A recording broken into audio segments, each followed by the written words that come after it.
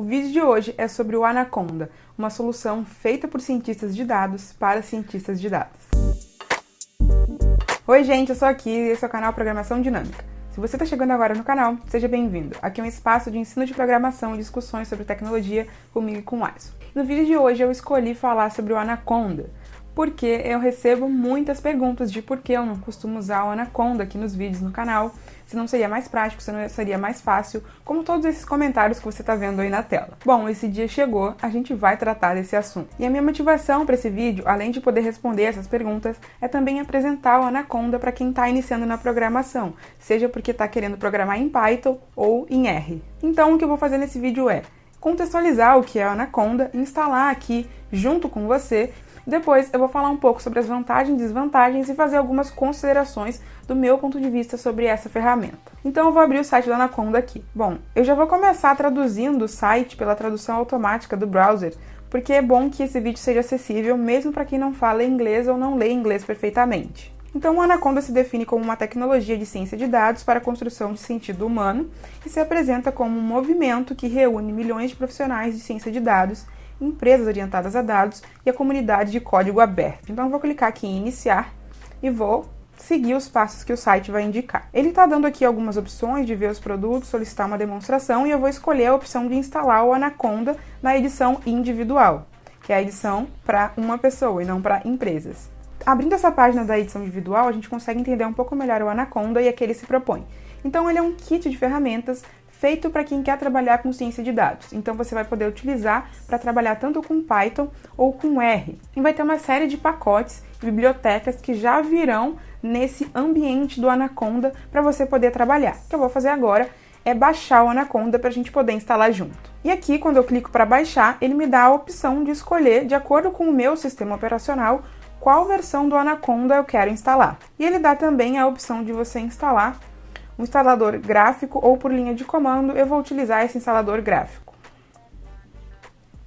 E o download aqui começou. Uma vez que baixou aqui, então eu vou instalar o Anaconda no meu computador.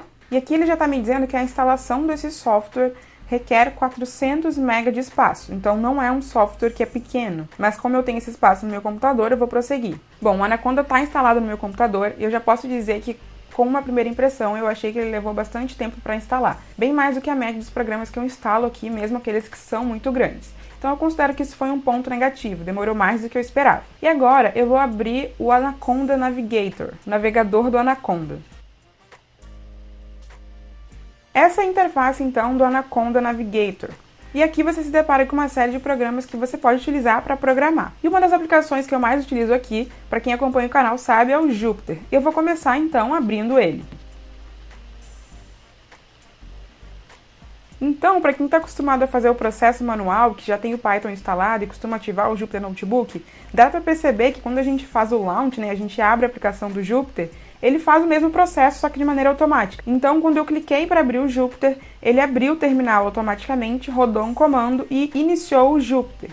E aí, a partir daqui, a experiência é muito similar à que a gente já está acostumado.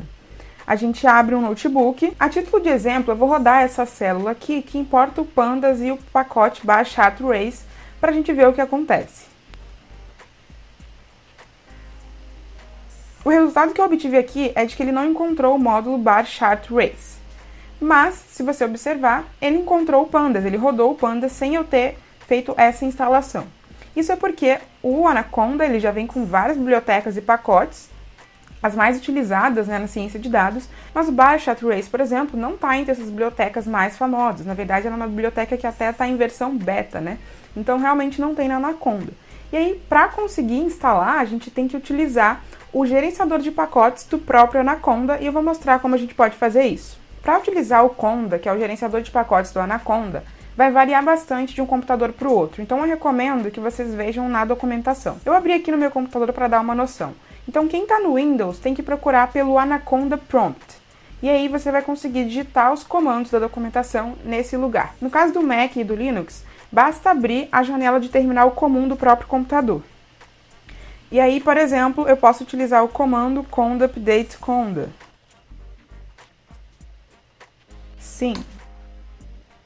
E para instalar o bar.chat.trace, eu coloquei aqui no Google para procurar qual é o comando e ele abriu aqui o próprio site do Conda, mostrando qual comando para instalar, e eu vou rodar ele no meu computador.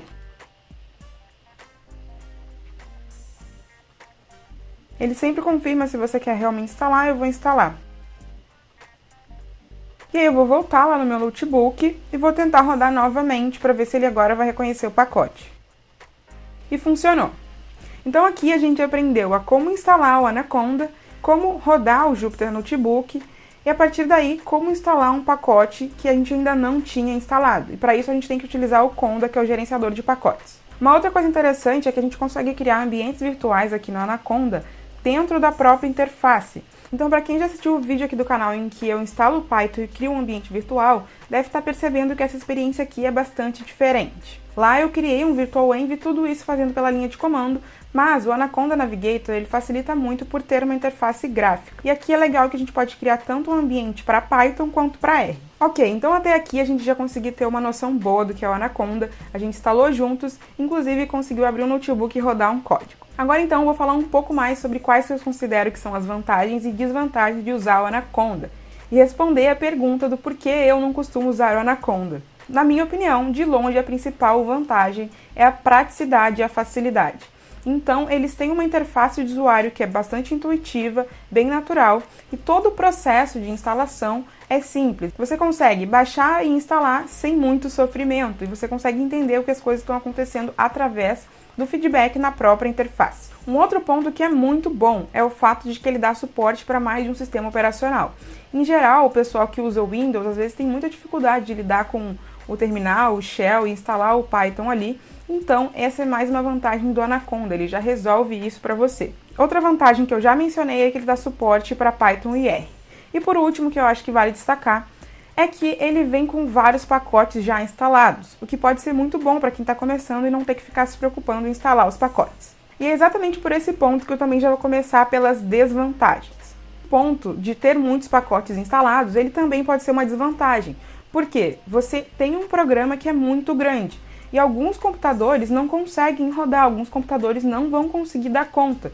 Inclusive, eu preciso dividir aqui com vocês que o meu computador ficou bastante lento enquanto eu comecei a utilizar o Anaconda. E o meu computador ficou lento mesmo sem eu ter rodado um conjunto de dados, o que é muito interessante chamar atenção, porque, por exemplo, para lidar com um conjunto de dados como dos microdados do Enem, que eu já usei aqui no canal, provavelmente o computador iria sofrer muito, porque o conjunto de dados já é muito grande e o próprio Anaconda já está consumindo muito espaço e processamento. Seria uma combinação muito complicada. Um outro ponto que eu também comentei foi a questão do tempo de instalação. Por ele ser um programa também muito pesado, ele demorou para instalar. Mas isso é uma coisa que dá para conviver, até porque a gente só passa por isso uma vez no momento da instalação. E por fim, por que eu não uso Anaconda? A principal razão é justamente essa, a questão do espaço. Então, para mim, que já tenho familiaridade com o terminal e com os comandos, não é muito complexo, não é muito difícil eu instalar os programas na medida que eu preciso. E funciona muito melhor no meu dia a dia, inclusive o meu computador agradece, porque eu fico com mais espaço e processamento liberado para realmente poder fazer as análises que eu preciso fazer, como por exemplo dos microdados do Enem, que são muito grandes. E para acrescentar, eu acho que é muito legal frisar de que existem muitas maneiras de se fazer a mesma coisa. Então as pessoas que perguntaram muito por que eu não utilizava o Anaconda, porque o Anaconda era prático, porque o Anaconda era fácil, elas podiam ter se perguntado um pouco mais, investigado do porquê disso, né? Porque não existe só uma forma de fazer as coisas. Então, sempre que você opta por uma praticidade, uma facilidade, por exemplo, você pode estar abrindo mão de outras coisas. Nesse caso aqui, eu acho que a questão do espaço é a principal delas. Mas isso se aplica a diversas soluções de computação. Então, é muito frequente eu trazer aqui para os vídeos soluções diferentes para os problemas. Nem sempre elas vão ser a melhor solução para o seu caso, mas o que eu quero é estimular para que você possa pensar, para que você possa abrir a sua cabeça e aproveitar daquele vídeo ou daquela solução que eu estou propondo só o que faz sentido para o seu contexto. E eu recomendo que você não tome as soluções que você conhece como as únicas possíveis ou as melhores. Elas até podem ser hoje, mas na computação as coisas evoluem muito e muito rápido, então é muito legal a gente estar aberto para perceber novas formas e soluções para fazer as coisas. Então esse vídeo fica por aqui, eu espero que você tenha gostado. Qualquer crítica, dúvida ou sugestão, deixa aqui embaixo nos comentários. Se você gostou desse tipo de vídeo, eu posso trazer vídeos similares, eu posso analisar outras ferramentas, tem as ideias do PyCharm, Spyder, por exemplo, que também são opções para quem programa em Python, eu acho que pode ser interessante. Então me conta aqui o que você achou. Muito obrigada e até a próxima!